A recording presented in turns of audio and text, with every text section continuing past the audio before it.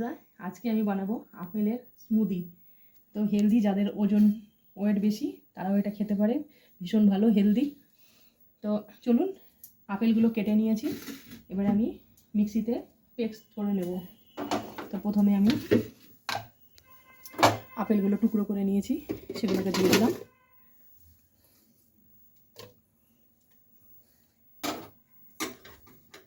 এর মধ্যে দিয়ে দেব খেজুর, আর দিয়ে দেব দুধ। অল্প দুধ দিলাম, অল্প দুধ দিলে একটু ঘন হবে। আর যদি কেউ মনে করেন একটু পাতলা করব, তাহলে একটু বেশি করে দুধ দিয়ে দেবেন। এবার আমি একটা গ্লাসের মধ্যে ঢেলে দেব।